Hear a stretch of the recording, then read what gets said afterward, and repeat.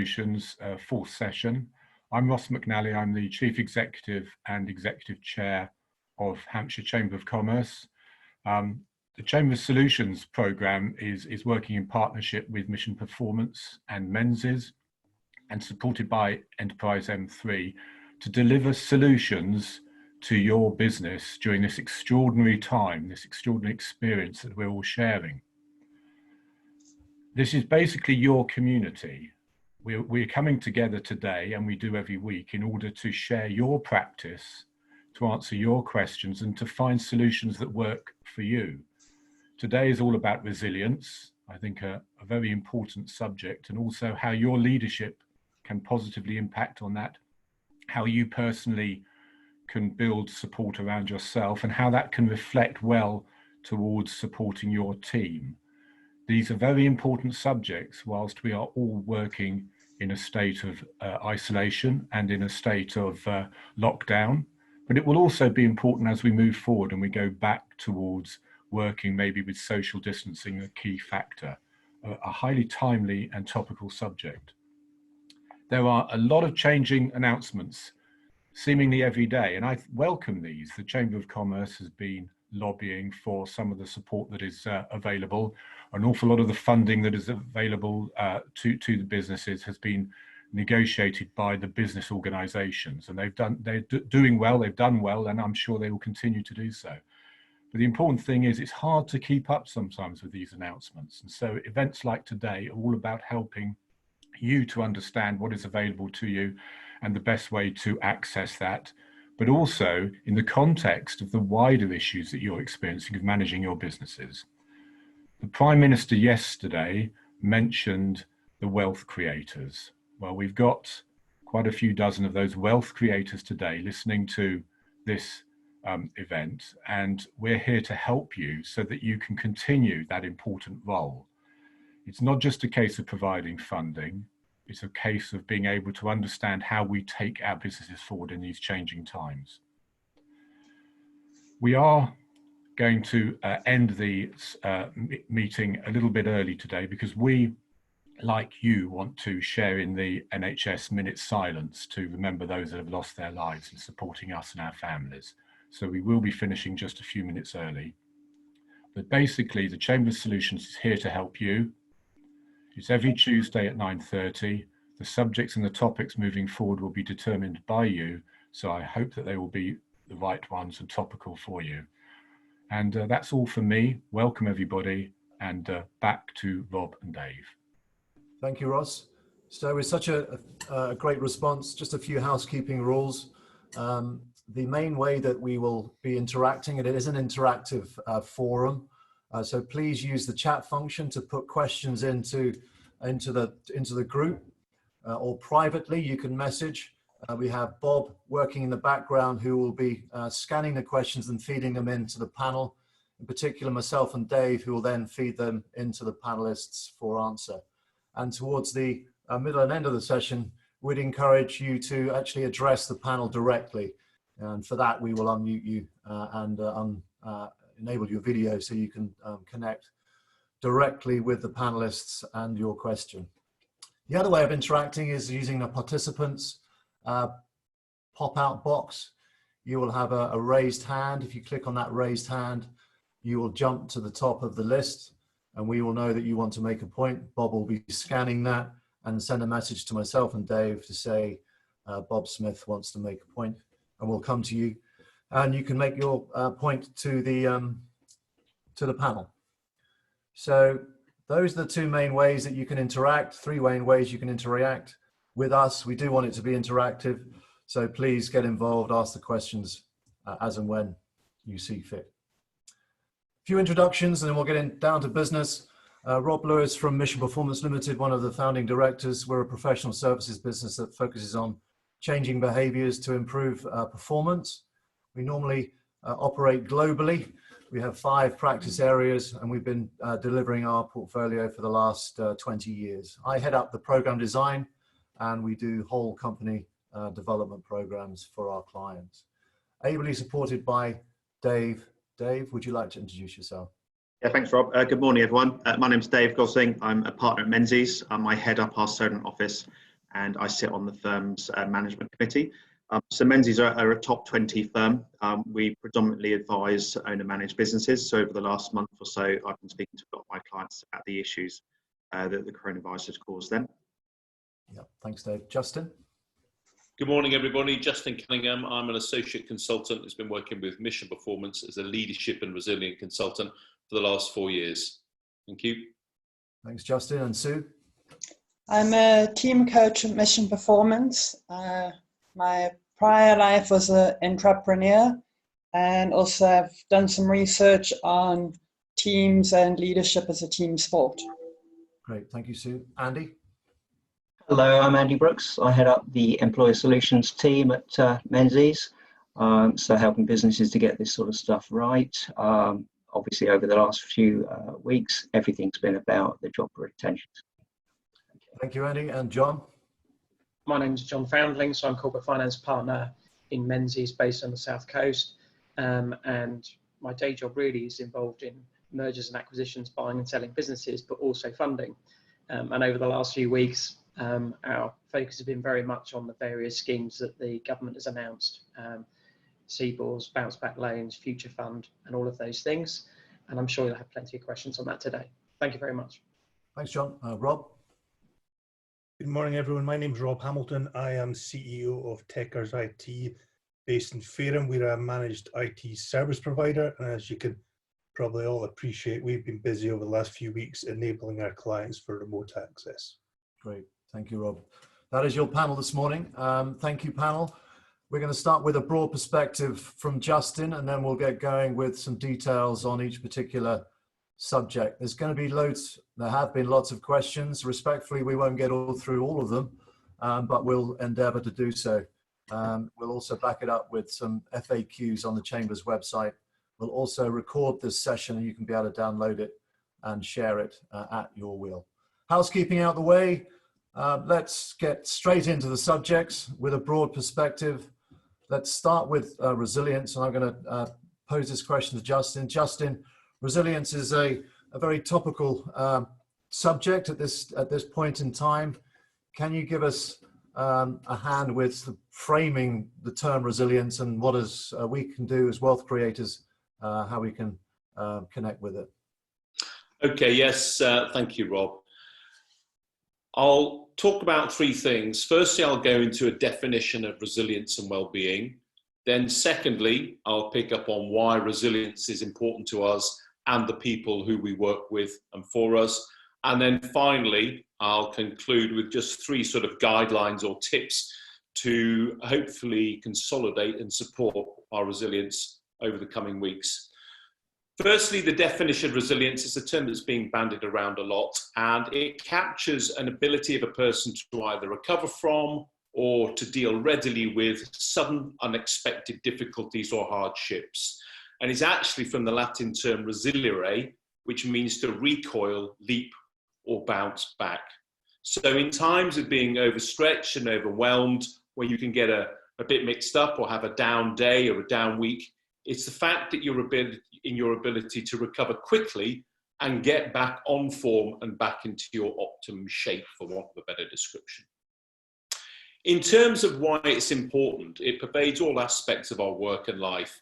And it is important because it enables us to cope better, keep us going for longer, not let the little things get us down, makes us stronger and arguably healthier as well, because the hormones we're giving off when we're stressed, such as cortisol and adrenaline, are not that healthy, whereas other ones, such as dopamine and serotonin, are much better for us.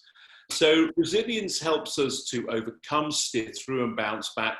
And if we're in a relatively good place, we're much more open to other suggestions or alternatives at a time when we're inclined to put our blinkers on and focus downwards.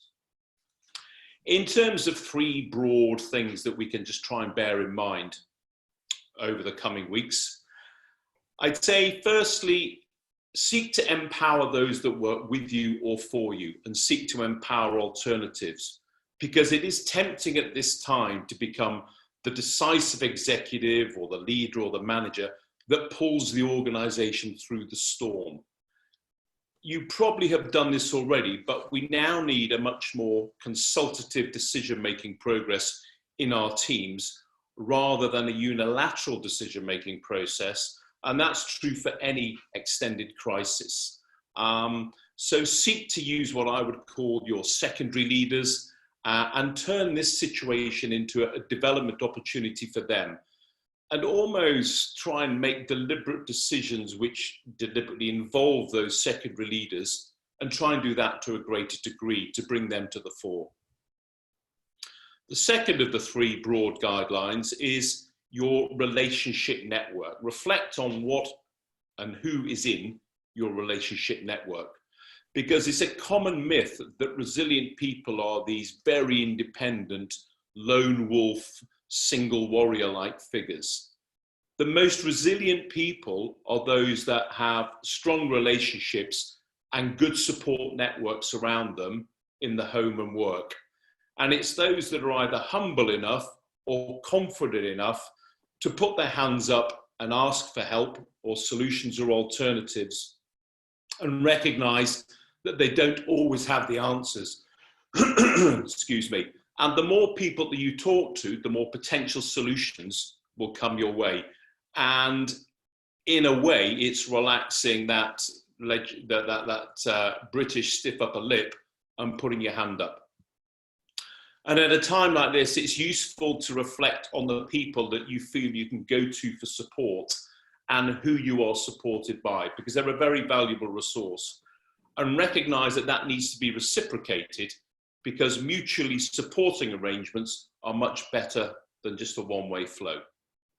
And then finally, and unsurprisingly, my final point would be seek to lead by example and avoid burnout, particularly as and when lockdown is eventually lifted, because we'll be overwhelmed by the need to rush into tasks and get back to whatever the new normal is.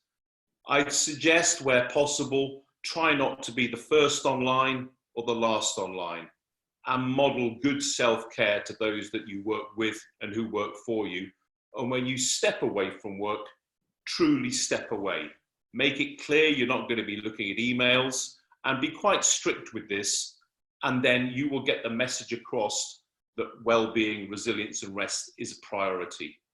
Similarly, at the same time, respect the time of others. That's all from me, Rob, on that. Thank you.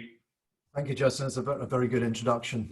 And Sue, any specific examples from your experience, your academic, but more importantly, your practical experiences? There are quite a few, and I really enjoyed what Justin had to say about inviting your team to step up. So using the Clipper race as an example, because there was another form of lockdown where we all stuck on a 70-foot ocean sailing boat. And when the going got really tough and there were days where you thought you couldn't do any more, what I found that gave us resilience, or gave me resilience, was just looking out for each other. That really energized us and got us through days where you think, I just can't get out of my bunk anymore. Another thing that came out very quickly in the boat is when you're going through tough times, you really need to drop your social mask. So what was really powerful was we got real with each other and genuine, and got past the sort of dinner party speak as such. When I got onto the boat, one of the issues was they'd been stuck in the doldrums for 10 days. So it was quite a toxic culture of everyone wanting to sort of tell you what had gone wrong. And in the lockdown, what I've noticed is there are two things. People are being a lot kinder to each other, but they're also quite distracted with who's doing what wrong. And one of the ways we dealt with this on the boat is to have a future focus. So as leaders, we can create hope and get attention by getting the people to think about what's working well and what can we take forward, rather than what's pulling us down at the moment. So I think that builds resilience, rather than just asking people to be more resilient, is how can we work together? We are all in this together. We don't have the answers. And going back to Justin's idea is that leadership is a team sport. It's not about being the one that knows everything. It's about inviting your team to say, what is working well and what can we take forward? Yes, great. Sue, well, that's a fantastic introduction. I'm now going to turn to Andy, who's going to introduce the Hello. Andy. Right. Hello.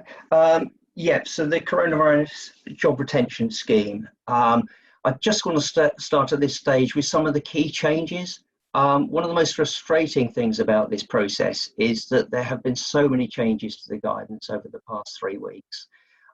In one 24-hour period, we had 4 releases of new information, some of it changing what was there already, some of it adding to, and very frustratingly, HMRC don't indicate what they've changed. You just have to read everything again and then form new understandings based on that. It's really difficult and very difficult for businesses, obviously, who don't do this, as a full-time job like I seem to be doing. I just wanted to go through some of the major changes that have happened over the last 2 or 3 weeks, just to make sure that everyone's up to speed with those. And also to provide a bit more detail around those so that, you get past the just headline comment. So the first one I'd like to talk about is clarification of the important date for when employees were actually engaged by you. Originally, we were talking about 28th of February. That's moved to the 19th of March, which at face value looks like good news. However, it came with an added requirement that you had to actually be on an RTI submission by the 19th of March. And what that did, that meant that some additional people were actually brought into the scheme, but it actually removed some others. The guidance immediately before that did not talk about having to be on an RTI submission before 28th of February. And so therefore you had an argument to say, well, actually, we've got a paper trail here. We've taken people on, we offered them the job in January, they've started in February, but their first payday was in March, they'll be in the scheme. That's no longer the case. If payday was, or if the RTI submission was after 19th of March, they're now excluded from the scheme. And so we've got those kind of difficulties that we need to address. The second major change that's happened is over the amount of information you have to put in support of your claim. We were previously led to believe that all you'd have to do was to identify the business, identify the bank account to where the money was going to go, and then say, this is what I want, how much? That's changed completely. And I think the main reason for that is a change in attitude towards fraud and potentially excessive claims. So rather than just doing that, now you're having to provide full details of all the employees, the dates they were furloughed, the dates they were unfurloughed if appropriate, their national insurance numbers, in some cases, their job number and all this sort of stuff, in addition to the information that we were expecting to do. You've also then got to split your claim between the amount for pay, the amount for national insurance, the amount for pensions. And this is all to enable HMRC to now verify or at least review claims before they actually give you any money.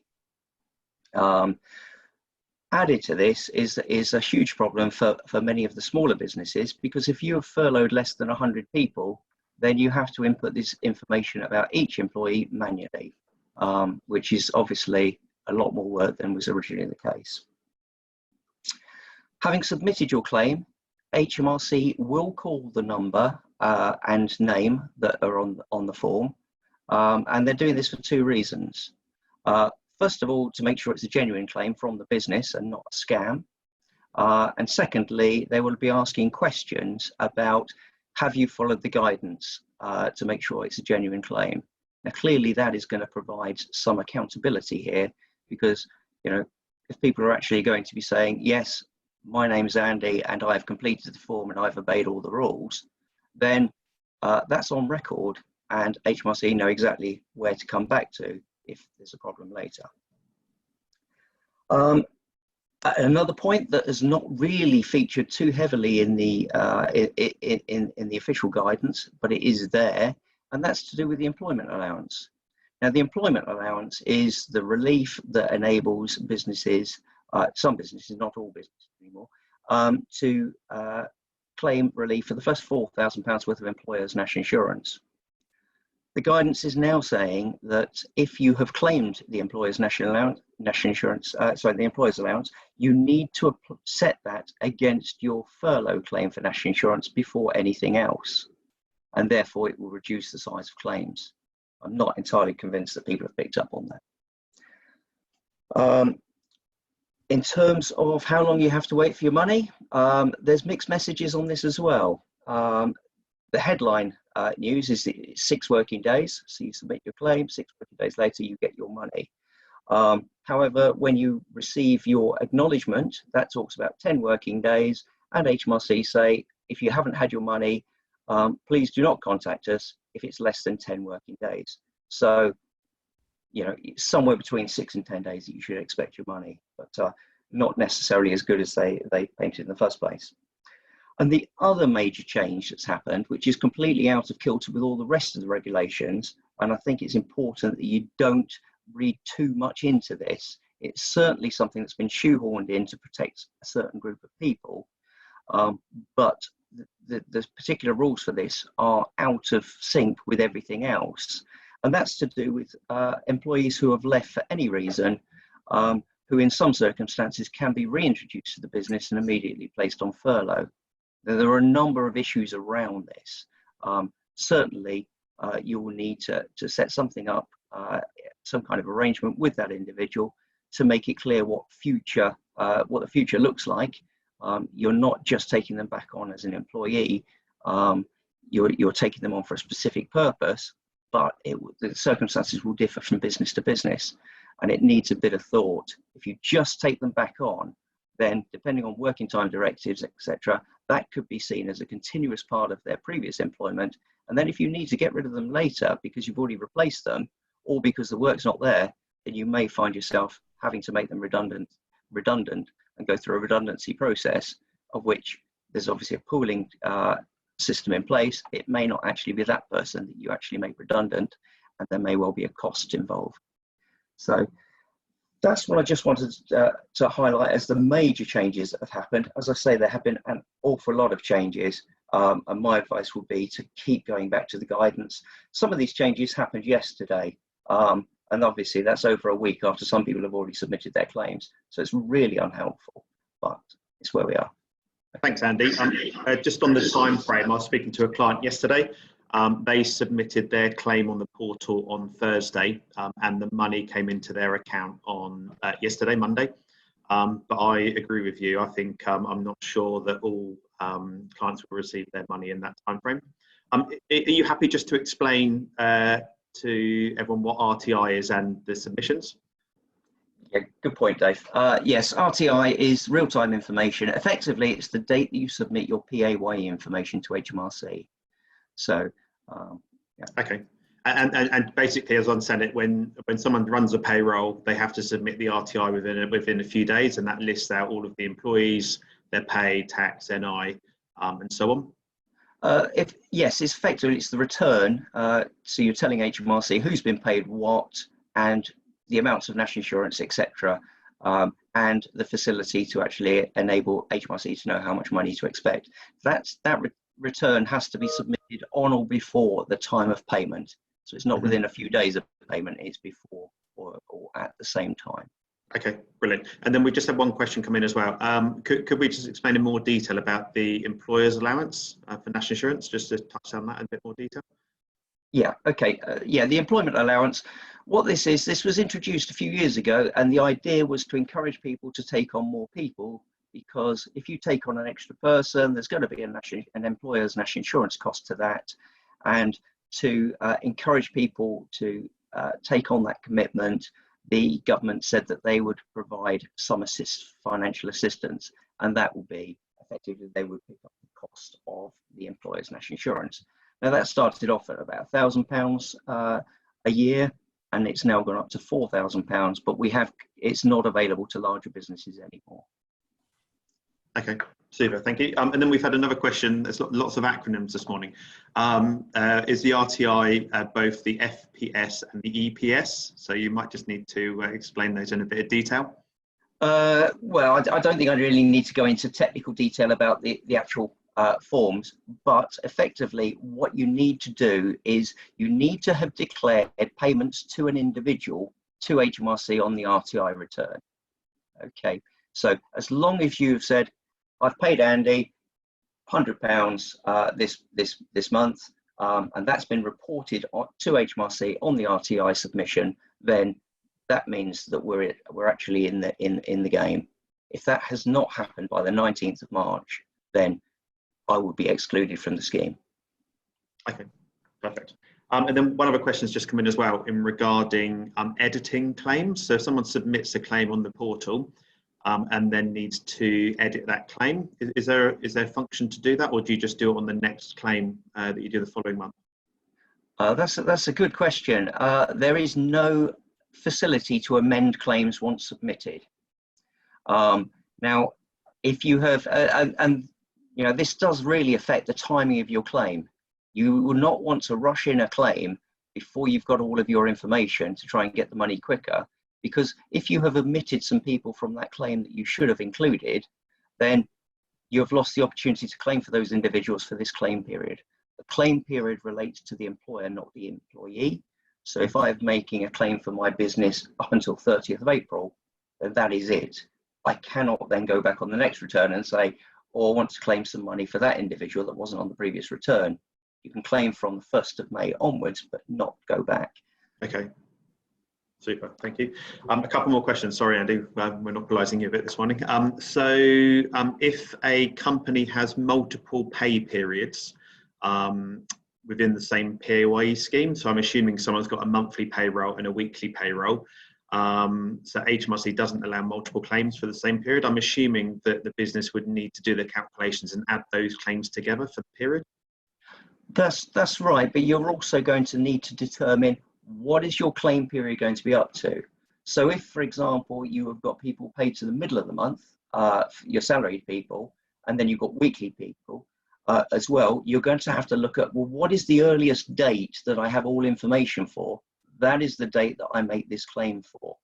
If you were to say, I'm going to run this to the end of the month, but I haven't got all of my information for people, because perhaps my weekly paid people are paid a couple of weeks in arrears, then if I haven't paid them and I haven't got the figures for them, then I will lose the ability to claim that period for them. Okay. So, yeah, Andy, we've got a specific question that relates to being made redundant before the COVID-19 period began. A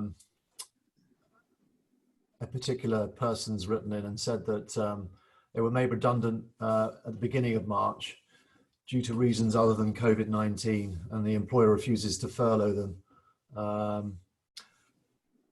Where would you best direct that particular person to get some support with that question? I think it's very difficult to talk about specifics without the full details, but it appears that they are falling between the cracks in the support that's been announced so far. It's too late. If they've got a new job, it's too late for them to be furloughed by their new employer. So their only options are to go back to their previous employer and reach an agreement with them where they will be taken back on. Now, personally, I wouldn't have done it this way, but I understand why they have. They've done it because they did not want the risk of people being added to payrolls after 19th of March, because that leaves them open to a whole load of risk in terms of, well, you might be tempted to add on all your family members, etc., and the dog. That's why they've tried to avoid it. They've also tried to avoid the risk of people actually inflating salaries to then be able to claim more. So what they've done is they've thrown in this hybrid to say, well, what you can do is you can go back to your previous employer, and it doesn't matter what the reason is that you left. This is why this is completely different to the other aspects of the scheme.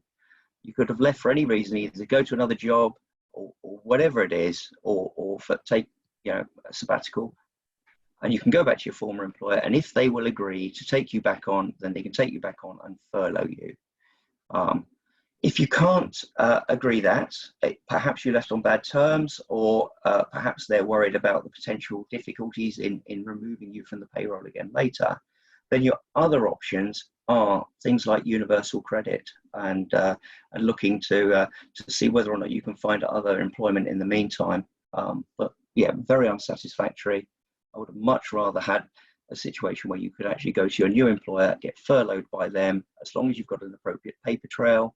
Perhaps that could have been submitted in a court in support of the claim to show that it's not a sham, but they've not gone down that route, unfortunately. Okay, thank you, Andy. And Andy, it doesn't matter to do with the reason then. So in this example, the reason was to do with budget planning rather than COVID-19. So it doesn't matter the reason for taking someone on. They can take them back on for any reason. That's what they're now saying. Yes, you can go back to your former employer if you left for any reason. And they've tried to shoehorn this in, as I say, because they've tried to just pick up some people who are falling through the gaps. Unfortunately, you are relying on the goodwill of your former employer. And if you've left to go to a competitor, for example, or to set up a business on your own in competition to them, then they may be less inclined to do so. Mm-hmm. Okay. Well, Andy, thank you for that. Monopolize your time. Let's look at the other aspects to do with funding, and in particular, the recent announcement yesterday on the bounce back. So, John, would you like to come in here? Yeah, sure. I think this ties in quite well actually with what we were talking about with resilience in so many ways, because all of these funding schemes are all about making sure that the business can move from where it is today to that sunlit upland that lies ahead for us all in the future. And the latest scheme that was announced by the Chancellor in Parliament yesterday afternoon, and then more details have come out overnight, is a bounce back loan. Good name for it. I noticed Justin used bounce back as he was talking about resilience as well anyway. And this is for micro businesses, so businesses of less than £200,000 turnover, and the bank effectively will lend the money based on a very simple 2-page application form that will be available online with effect from Monday. And the bank will receive 100% guarantee from the UK government. And the key kind of eligibility points is the business obviously needs to have been impacted by COVID-19.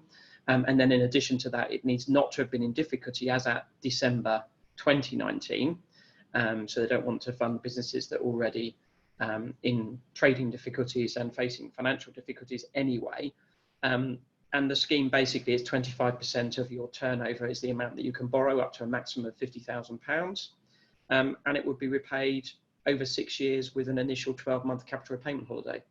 And it really will be very straightforward with, according to the Chancellor, the money available within days. So that's good news. It kind of nicely fills the gap between the other schemes that we've got, because the main scheme that was announced, where we all started off with the budget, gosh, that seems a long time ago now, doesn't it, was the Coronavirus Business Interruption Loan Scheme. That is for businesses up to £45 million of turnover. And the intention of that is to allow businesses to borrow from their bank up to £5 million, again repayable over 6 years, and this time though with a government guarantee to 80% of the amount that you borrow. And there is an issue there that's had quite a lot of press around, how quickly is these loan monies getting out there and what's happening, and we can talk about that when we need to. One of the primary points that was raised at the very start was this point around personal guarantees. So the bank is not allowed to ask you for a personal guarantee if the loan is £250,000 or less, but above £250,000, there is a divergence amongst the various banks as to whether they will ask you for a personal guarantee and how they will approach that. But it's readily available. The Chancellor gave us an update yesterday when he spoke, because he told us that 20,000 loans have now been approved. Now, just to give you some idea, when the figures were announced last week, it was 16,000, and that was on Wednesday or Thursday. So that's a good kind of move forward. But there are over 300,000 inquiries in relation to this scheme. So there is huge demand that the banks are kind of working through. So that's the key elements of the Coronavirus Business Interruption Loan Scheme. We can come back to kind of how you need to apply and what else you need. But the other piece of available help is for businesses that are high growth, that have historically been reliant upon equity, so third-party equity to grow the business. So there'll be high growth and potentially investing in future revenues. So basically investing in technology or whatever they might be. So they're usually innovative companies. And the Chancellor announced something called the Future Fund. So we are very much focused on the future here again. And these are for businesses that basically have raised £250,000 of third-party equity within the last 5 years. So that's helpful. And then what they are able to obtain is matched funding, and it is a loan that is convertible into equity, and the loan can be between £125,000 and £5 million. And so, but it would need matched funding of the same amount on the same terms. And then the way that it would work, if there isn't to be another funding round, then basically that loan would be need to be repaid, and there will be a redemption premium for both the government and the external investors, and the redemption premium is 100%. Alternatively, the idea is that this loan is to bridge you to your next funding round. So you've got a high growth business, you're funding via equity. At the moment, that's tricky because, hang on a minute, we need extra support coming into the business. The government is providing that matched money to bring money in as a loan, which will convert. And it will convert when you come to your next round. And at the next round, it will convert at a discount to that next round. So it's a very helpful kind of addition to the schemes that are out there. There is then for larger businesses, just mentioned that as well for completeness this morning, the coronavirus large business loan scheme.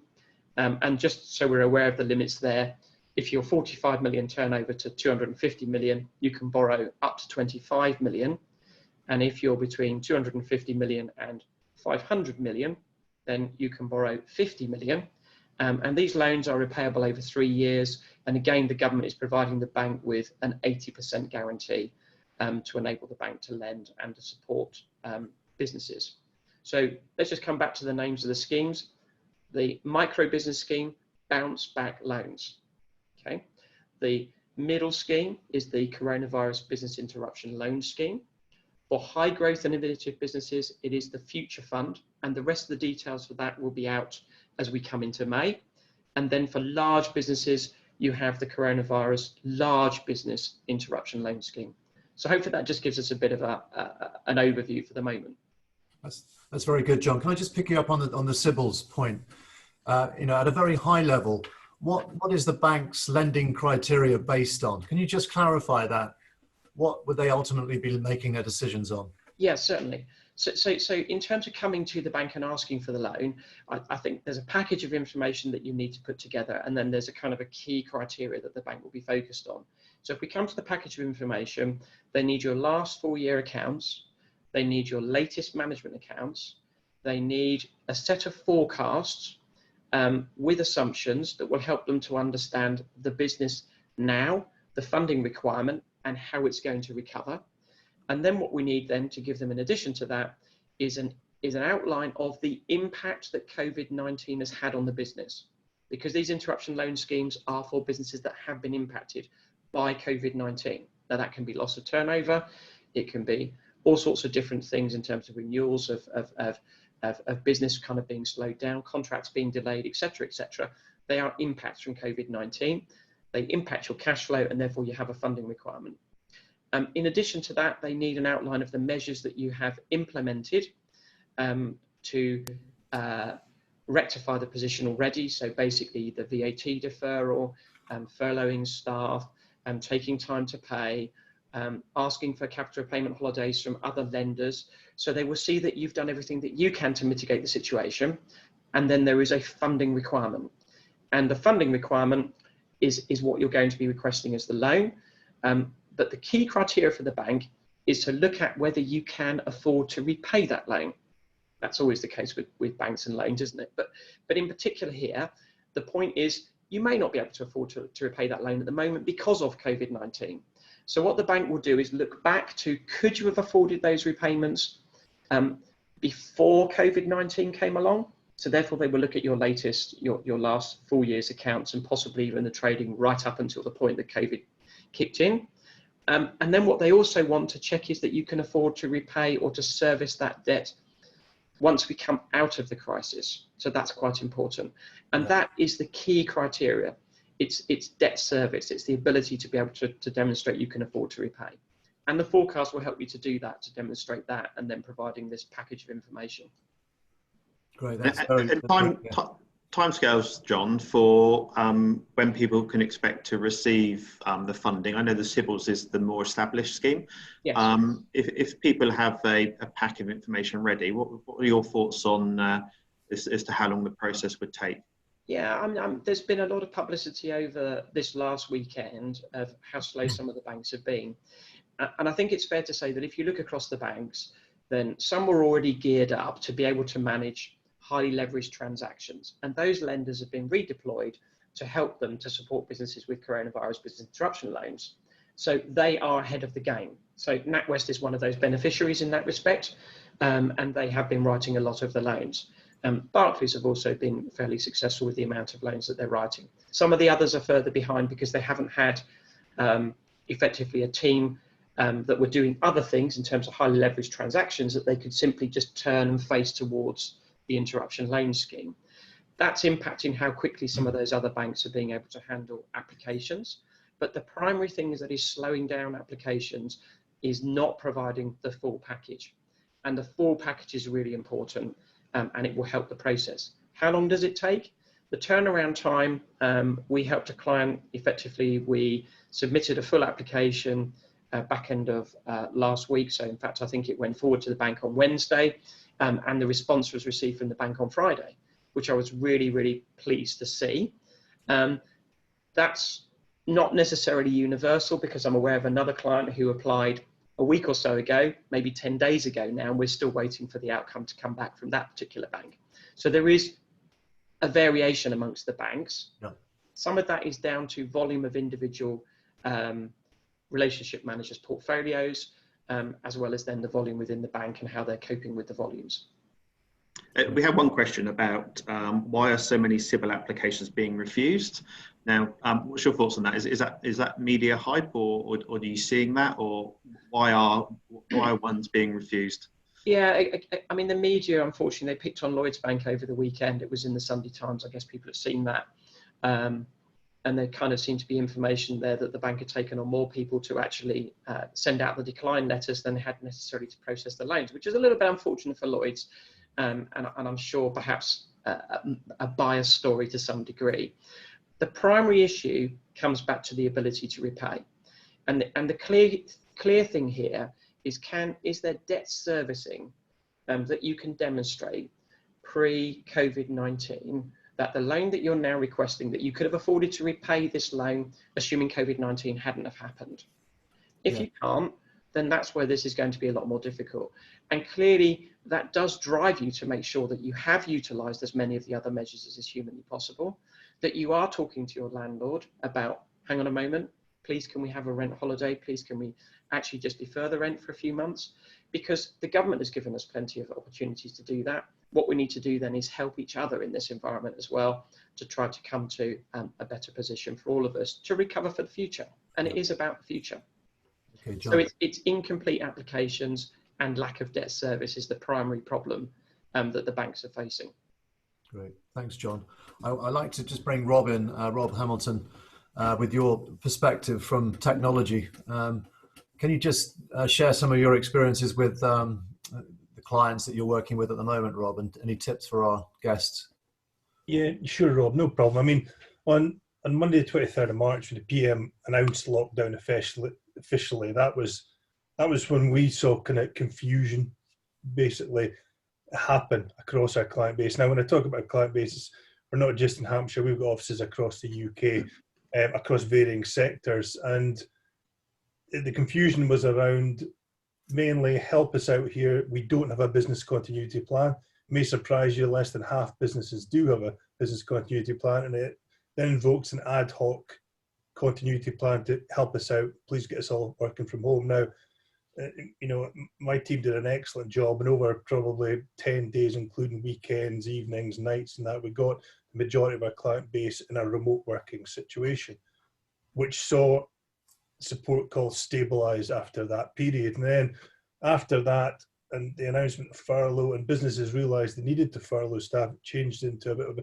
can you help us out finance-wise? What can we do to reduce our monthly spend and so forth, which we were able to accommodate across the board. But we've got a number of clients in hotels, restaurants, food and drink, and construction that they're near 100% furlough. So you can appreciate there we've had to mitigate costs in that. Now, one of the big things was, because we all pay a subscription cost for our mailboxes nowadays, was can we reduce that right down? But in theory, the possibility of doing that, it can be done, but when things start to go again, to get people back on track, get mailboxes active again, that's where the impossibility arises. So it's a shifting of license costs down to a lower tier to allow them to spend less for the foreseeable future before they can move to that. Now, one thing about business continuity planning, and hindsight's a fantastic thing, and we've been speaking to our clients for many years about putting a business continuity plan in place just in case. Now, that's one thing, and I think there's a few businesses now who think, right, we need to put something in place for any future events. But one thing I've been speaking about recently, and it probably links into back to what Justin said about personal wellness, is people don't think about their personal continuity plan. What do they do themselves in the eventuality of something like this happening, or some other factor happening, and what do they do with regard to family, finances, work, homes, etc.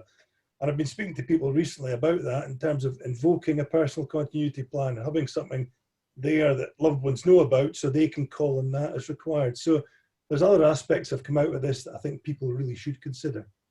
Yeah. Okay. Justin, coming back to you on the wider perspective of, any tips for us on staying connected with those remoted teams, dialing in on various different platforms? Any tips? That's also to Sue, perhaps, after Justin. I think one main one is obviously recognise you have your team events on Zoom, but have the awareness that people that are either working to you or for you will still want their individual airtime with you as their leader and their manager, if only to try and provide a bit of assurance regarding the uncertainty. So you're looking to try and replicate what we referred to yesterday, Bob said it, as the water cooler moments. If I'm working normally for Rob in an office, etc., I can just check in with him. I can work out from him and the feedback I'm getting where I am.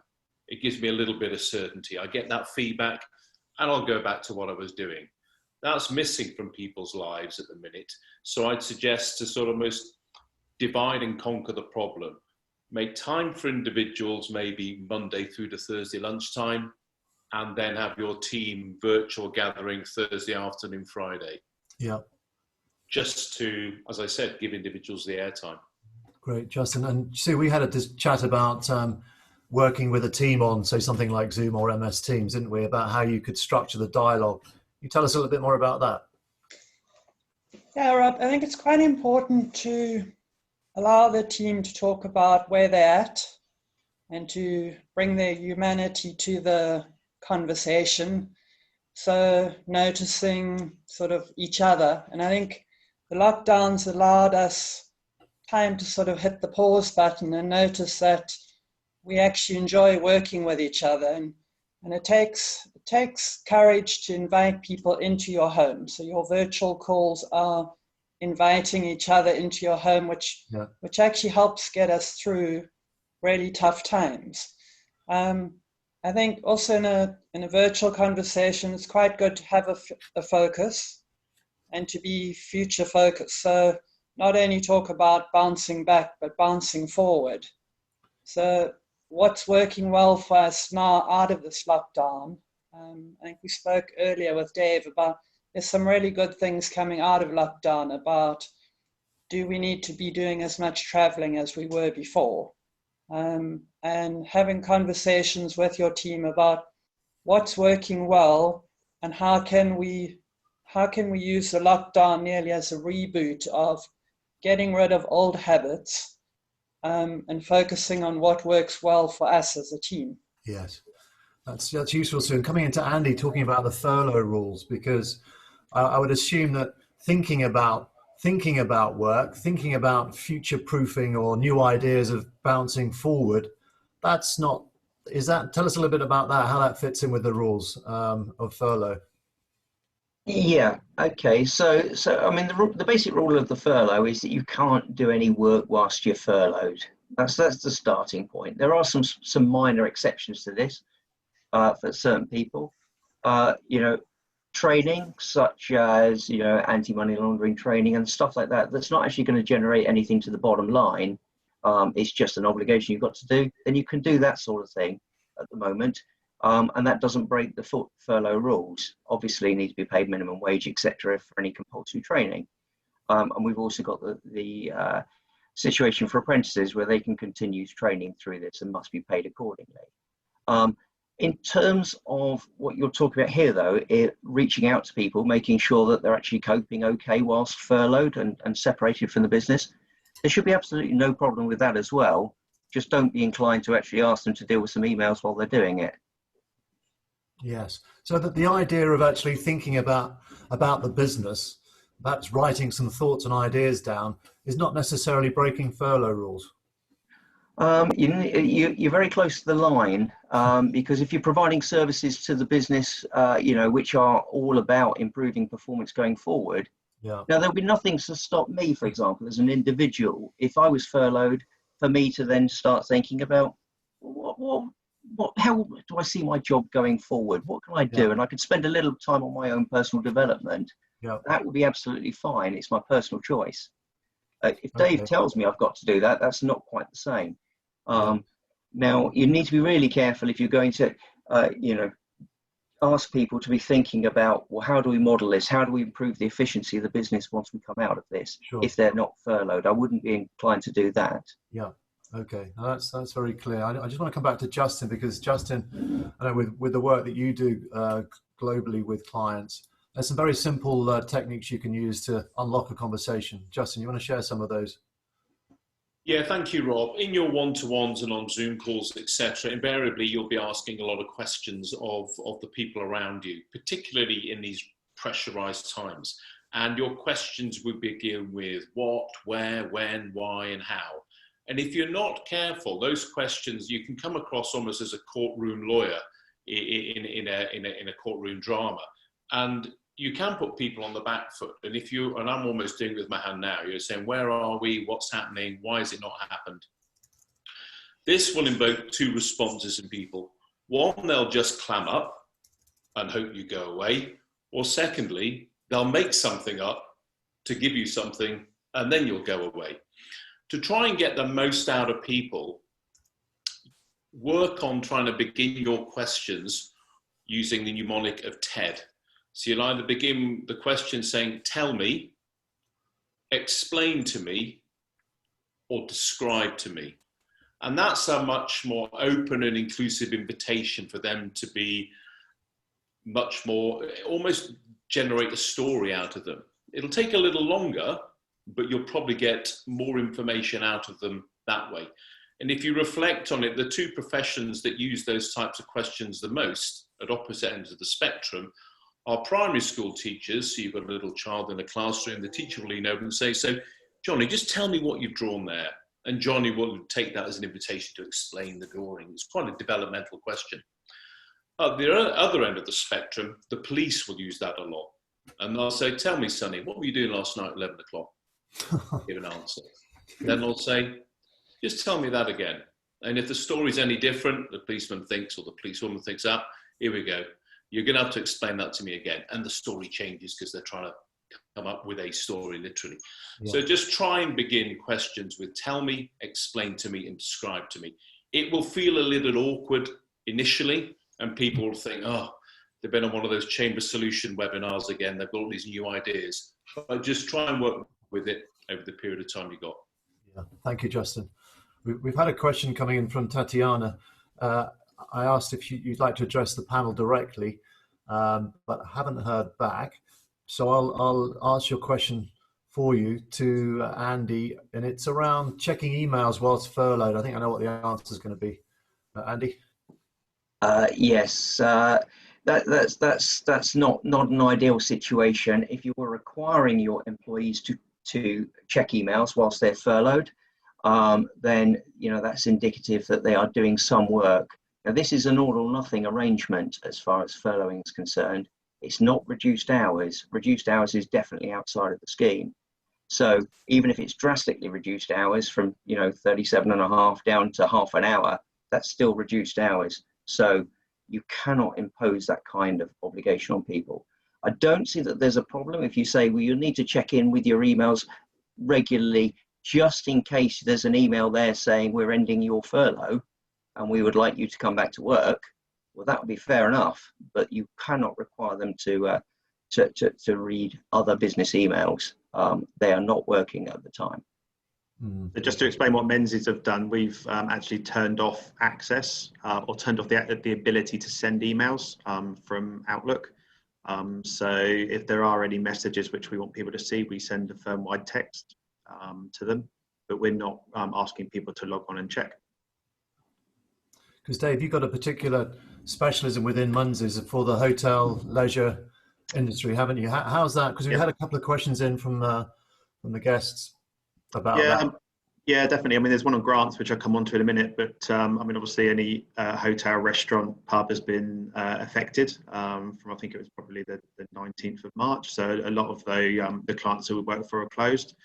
Some have changed or tried to change their way they work by, restaurants and pubs dealing more with deliveries or takeaways and so on. But it's a very difficult market at the moment.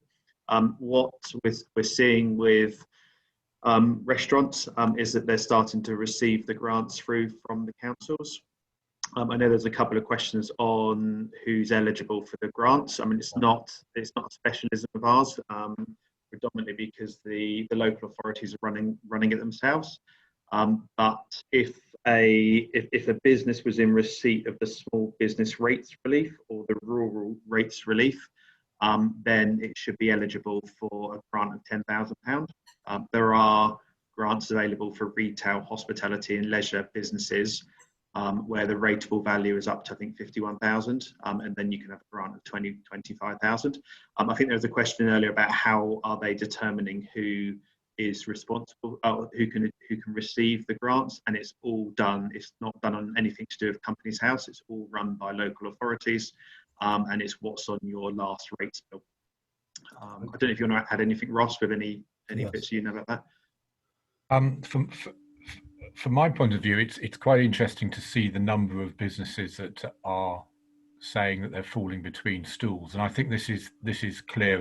And some of the changes in the enhancements you've seen coming from the Chancellor and from the interpretation of the schemes, as I think has been said, 2 or 3 announcements a day sometimes on some of them, is because we are lobbying quite strongly to ensure that these businesses that are stuck between different positions are helped. The trouble is that it's impossible to help absolutely everybody, and certainly, I mean, as a Chamber of Commerce, we are, in part, what we do is very much around hospitality for businesses. We bring businesses together and we put on events. All of those programs are now sidelined, and yet that is a core part of what we do. And we're one of very many businesses that find themselves in this difficult position. But it does lead on to something that I thought would be interesting to say, because, and it reflects what Justin was saying, that when you're running your business now, to a great extent, it's like running a different business. Because if your model, and to extent because you're now socially distancing or working from home, then the culture also needs to be addressed. So once your model and your culture has changed, to a certain extent, you might be in the same sector, but your business has changed.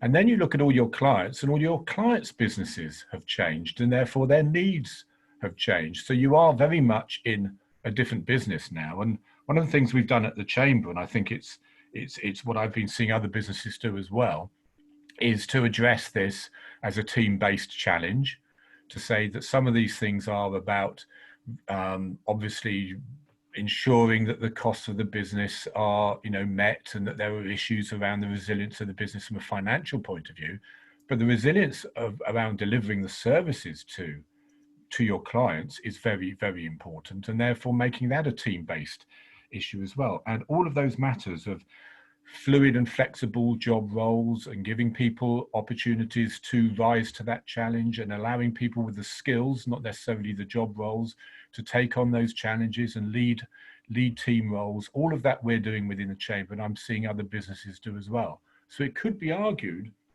that at the end of this, as we come out, we've got a stronger organisation, stronger teams, greater respect for each other within those teams, greater trust in terms of the way that we operate together. But that does need that that sense of leadership, not the I am leadership, but the we leadership, and how that becomes spread across the whole of the organisation. And I've seen so many examples of so many businesses in membership of the chamber doing this so well, but they do recognise first and foremost that their business has changed as a result of these challenges. Yeah, thanks, Ross. Thanks, Ross. I wanted to, Kathy, you wanted to address a point to the panel. Bob was telling me on chat. Kathy, are you able to unmute yourself? Ask your question. Yes, can you hear me this time? Yes, loud and clear, Kathy. Go ahead. Our question was actually about our lease. We have an office lease that we're tied into for 3 years. We've got no government grant funding because we're just over the small business rates, and we're concerned about, we were only just about breaking even paying for the new office as it was, concerned about the market when we go back, and the likelihood is we're not going to be able to cover the rent. We've had it deferred for 3 months. We paid back in a year, but I'm just now looking at our lease and just wondering whether anyone's heard on if kind of lease terms and conditions that were agreed prior to this will be sticking the same. For example, things like force majeure. I don't know if I've got force majeure in my lease, but I'm just trying to figure out any way I can get out of it, because at the moment we're a personal guarantor for the office, or I am. So it puts us in quite a volatile position. Yeah. Kathy, anyone? Dave, would you like to? Yeah, I don't think there's anything the government have introduced yet with regard to landlords. I know there's a lot of discussions about it. I think I'm speaking to a few clients who've got issues with rent payments, and what I'm encouraging them to do is just to speak to their landlords. I think what you'll find is that it's best if businesses can agree something with the landlords. I mean, from my mind is you're both in this together. And the landlord's in a much stronger position if he can keep you in the premises rather than you not being in the premises. So I'd just encourage you to speak to them and try and agree something between them. I see you're nodding, John. Do you agree with that, I'm assuming? Yeah, I've had a couple of clients raising exactly the same point. And I think it's fairly clear at the moment that there is nothing from government that says that existing lease documents can kind of be changed, varied due to the crisis. So I think it does come down to having that open dialogue with the landlord. And as Dave was highlighting, yeah, we are all in this together, and we've got to work through this and focus on the future. Yeah. And I think that's really, really important at this point. So it is a dialogue and a cooperation between you, I think, because the landlord needs to recognise that if he doesn't help you, then perhaps he's going to have an empty property that he can't do a lot with anyway. Yeah. Because we're going to be a little while to recover, I think. And I think the key is as well is looking at all the other assistance which is out there, like furlough, like deferring VAT and tax payments, looking at the business loans that are available, and almost pulling all those puzzle pieces together, to try and finish the puzzle and for the business to come out through the end of this. Yes, is the key.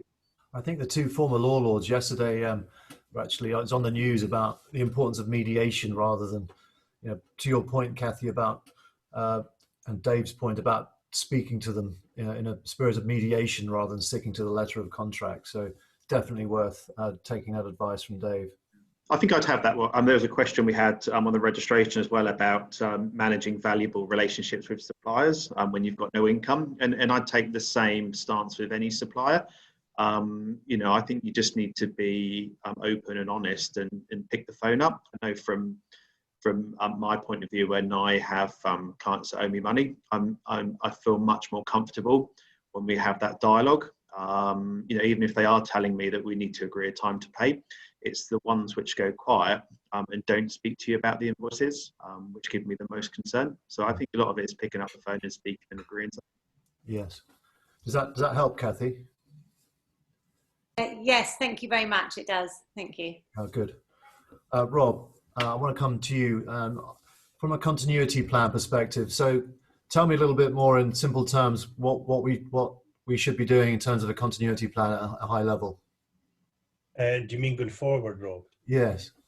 Well, I mean, most of us, I'd assume, on the call are in a fairly good place, as in they're on a cloud-based web or email platform, SharePoint, OneDrive, etc. So, from that perspective, yes, I would consider most of us to be in there.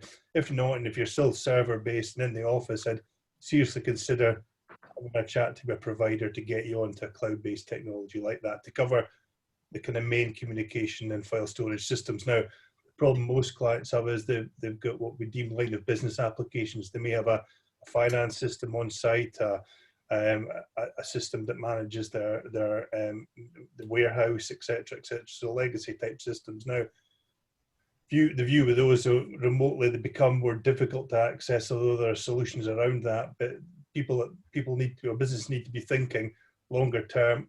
Ask the question, can we move that to the cloud? So I think the vision for most businesses has to be, let's have no servers within the office. Let's have everything securely in the cloud so we can move our people to anywhere depending on what happens in the future. Yes. So Rob, that's a very good point. And coming back to Andy and John, in terms of applying for a CBILS loan, what element of a loan is related to investing for that sort of continuity? If we had to invest in putting our systems on a cloud-based system, is that something justifiably we could put in our application? Yeah, I think it is something that you could include within your cash flow forecast that, yes, could potentially be funded.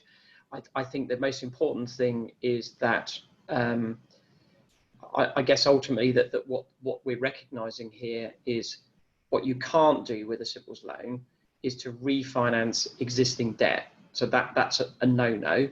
Mm-hmm. And I think that's perhaps the most important thing here. Everything else, it's business as usual and things otherwise that relate to coping with coronavirus and the impact on your business. Right. So you could include something like that within your cash flow forecast, and that should be acceptable. Okay, that's very clear. So we're drawing. We've got the final 10 minutes. I'd encourage anyone that's got a burning question that they'd like to answer to address. Put it on the chat, and we'll put it to the panel. Rob, we had an interesting question on furlough for Andy, and someone asked, "Is it working?" So it'd be good just to get Andy's thoughts on whether he thinks it is working or not. I think it's definitely working for some people. Now, not all businesses it's going to be appropriate for. First of all, we're looking at businesses that are affected, by COVID-19. That's the starting point. And businesses that were in trouble anyway, clearly, it's not going to be that much use to them. But I think in terms of the process, you furlough your people as long as you've agreed that in writing with them what the furlough looks like. You've adhered to the rules. You've met the 3 weeks continuous minimum time before you actually qualify for making a claim for them. That sort of stuff. And the new calculation that HMRC have issued for working out what you can get back, then that is pretty smooth process, really. I know there's a lot of keying in to actually make you a claim, but that sort of thing all works well. And if they're turning around the money in 6 to 10 business working days, then that all seems to be pretty good. So I think it is working as far as that's concerned. I think it's useful to have an appreciation that the amount that you're paying your employee may differ in some circumstances from what your claim is going to be. People have had to enter into furlough arrangements with their employees before they've known what the HMRC calculation criteria was going to be. So there will be differences. It might be that you can't claim back everything that you thought you were going to claim back, but you're not going to be far off. Yeah. So I think that side of things all works well. Obviously, we'd have liked the information quicker, so we could have planned more effectively. But given that they've started from nothing to get to this so quickly, I think it's been as good as it could be. Yeah. Okay. Yeah, I'd agree. For me, you think when they announced this 5 weeks ago, maybe 6 weeks ago, to have a portal up and running and clients being paid out, I think is a pretty good time frame, to be honest. And there is a question as well, probably for Justin and Sue as well, as how has lockdown helped our work relationships? I don't know which one wants to pick that up. Justin, do you want to take that one? Okay, so has it helped? How has it helped? Yeah.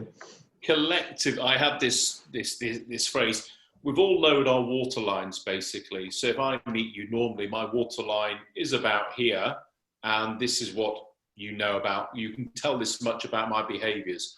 What you don't know are the drivers, the values, that which is beneath my waterline, which makes me the person I am. So lockdown has resulted in our waterline being lowered. So you're seeing much more of me. I'm telling you much more about my experiences, my history, my background, my stories. And as a result of that, with most people, that's then reciprocated. They feel more comfortable lowering their waterline. And as a result of that, you're having a much more trusting and engaging exchange and relationship. So aside of the obvious tragedies, I think there are many, many silver linings to be taken from this, one of which is the nature of our relationships. Yeah, thank you, Justin. A good note to, with one eye on the time, I think we need to sort of wind it up, begin to wind it up here. So I'm going to invite Ross to say a few closing words. And whilst he's doing that, I'm going to bring up a poll for everyone left on the call to complete. So Ross, over to you. Thank you so much, Rob. Firstly, thank you, everybody. Thank you for the panel. Splendid contributions. So thank you, Sue, John, Andy, Rob and Justin, and of course, Dave and Rob in your brilliance in managing the process today and chairing it. It's been a really interesting activity today, because I think we've seen not only a lot of input from the audience in terms of their very specific issues that they're experiencing, but also how that is being met by the government support and understanding of the situation that we find ourselves in. Now, it's easy to think that the government has the answer to all of this, and of course, we can't really expect them to have all of the answers. I think they've done actually a very good job in extraordinarily difficult times to address the issues. And they've broken just about every rule that they would normally apply for themselves in order to get this support out there. But as a Chamber of Commerce, from our point of view, the most important thing is it working? Is it right? Is it the answers to the issues? So I've put my email address on the chat, and I would invite anybody to contact me in order to provide obviously specific issues that you're experiencing as a business, and through our partnership with all of our stakeholders that the Chamber has a relationship with, we will find solutions for you. That is exactly what Chamber of Solutions is about. But just as importantly, we want to hear from you so we can feed this back to government. We are very much at the, having completed perhaps the first lap of this very long race. And this is going to have impact and change the nature of our businesses. And we need to continuously feed this information back to government so they can continue to provide the support that is needed through furlough schemes and other things, but also start to introduce new support as we move forward. And the whole issue that we've heard today around the business resilience, not just on the funding and finance point of view, but from team building, from relationships with your workforce, from maintaining the culture and the model of your business through challenging times, is really helping us as managers and as leaders to bring forward a set of skills throughout the whole organization that is going to transform your business moving forward. And it's about making sure that you take that as an opportunity, you take that forward as a set of structural values and as a real set of assets when you move forward into the next stage. And that next stage we've been calling as the way back, but we don't quite know when the gun is going to be fired on that one, but it will have to be in the next few weeks or so. And when we do that, let's make sure that all of the values that we've built and contributed towards actually helps us as a business and as a sector moving forward. That's really all I have to say. The survey is being completed. Thank you to everybody that's doing that. It's going to be very important for us to shape our future programmes. Chamber of Solutions is here for the medium term and the long term. It's here as part of what the Chamber of Commerce does for you as businesses, and we hope that you will engage with it. Thank you very much. Back to Rob and Dave. Thank you, Ross. Thank you all for coming. Can I encourage the panel to stay on the line, but for tune in, same time, same place next week, title to be confirmed based on your feedback from this poll. So stay safe, everyone. 11 o'clock, 1 minute silence for the NHS. The very best of luck to you. See you next and hear you next week. Thank you. Yes, thank you. Thank you.